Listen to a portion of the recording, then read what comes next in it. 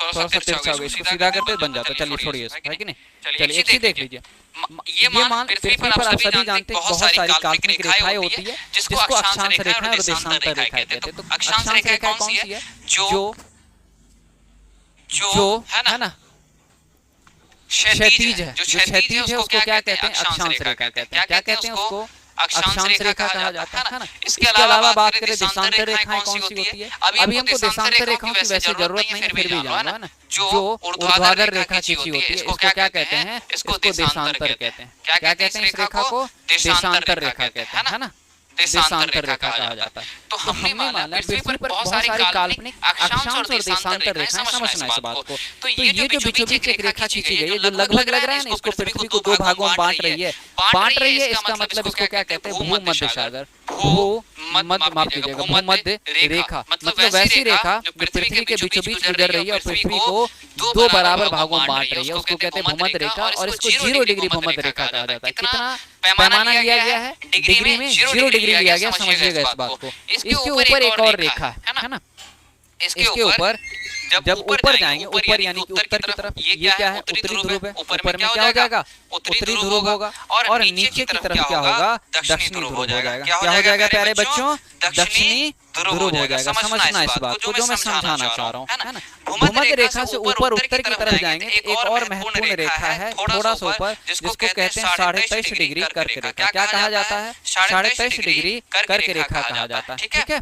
उसके बाद 23.5 डिग्री कर्क रेखा से थोड़ा सा और ऊपर जाएंगे ध्रुवों के पास एक और महत्वपूर्ण रेखा है जिसको कहते हैं 66.5 डिग्री, क्योंकि उत्तर में है तो हो जाएगा उत्तरी। ध्रुव के पास है तो लिखेंगे ध्रुव। आकृति कैसी है? वृत्ताकार, तो लिखाएगा क्या? वृत्त। उत्तरी ध्रुव वृत्त लिखाएगा। उसी प्रकार भूमध्य रेखा से नीचे दक्षिण की तरफ आएंगे तो एक महत्वपूर्ण रेखा जिसको कहते हैं 23.5 डिग्री मकर रेखा। क्या कहते हैं बच्चों? 23.5 डिग्री मकर रेखा कहा जाता है। फिर नीचे आएंगे और ध्रुवों के पास एक महत्वपूर्ण रेखा जिसको कहते हैं 66.5 डिग्री, जो कि दक्षिण में है तो कहते हैं इसको दक्षिणी, है ना। ध्रुवों के पास है तो कहते हैं इसको ध्रुव। और आकार कैसा है? वृत्ताकार, इसलिए कहते हैं इसको दक्षिणी ध्रुव वृत्त। समझ में आया?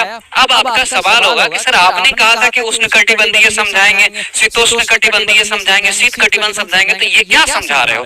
तो आप बताएंगे ना आपको ये सारी बातें। पैसेंस बना करके रखो, इसको मैं मिटा रहा हूँ, है ना। अक्षांश रेखाओं को मैं मिटा रहा हूँ। ये सब की सब काल्पनिक अक्षांश रेखाएं, ऐसी कोई रेखा पृथ्वी पर मौजूद नहीं है। लेकिन ध्यान रखिएगा, किसी भी स्थान की स्थिति का पता लगाने के लिए, पृथ्वी पर कौन सा स्थान कहाँ है उसका पता लगाने के लिए अक्षांश और देशांतर रेखाओं का यूज किया जाता है। समंदर में जहाज चलते हैं इसी आधार पर, वायुयान जो उड़ता है हवा में इसी आधार पर उड़ता है कि नहीं? ऐसे ही चलते। नहीं तो पायलट को क्या पता हवा में कहाँ लेके जा रहा है? नहीं तो वो जो जहाज चलाने वाला समंदर में व्यक्ति, उसको क्या पता कि समंदर में जहाज कहाँ पर है? नहीं पता चलेगा ना। तो कोऑर्डिनेट के द्वारा कि कितनी डिग्री उत्तरी कितनी डिग्री दक्षिणी अक्षांश पर चलाया जाता है, इसलिए इसका बहुत ज्यादा महत्व है, समझिएगा। अब मैं बना रहा हूँ छोटा सा, ये पृथ्वी है समझना, मैं छोटा सा सन बना रहा हूँ। आप कहोगे सर सन छोटा क्यों बना रहे हो? सूर्य आप छोटा क्यों बना रहे हो? जबकि सूर्य तो हम लोग पता है पृथ्वी से बड़ा है। तो मैं इसलिए बना रहा हूँ ताकि मैं आपको समझा सकूं कि यह जो है उष्णकटिबंधीय शीतोष्णकटिबंधीय क्या चीज है ना। तो सन, सूर्य से क्या निकलेगा? प्रकाश निकलेगा। तो कुछ क्षेत्रों पर सूर्य का प्रकाश क्या पड़ेगा? सीधा पड़ेगा। तो जो क्षेत्र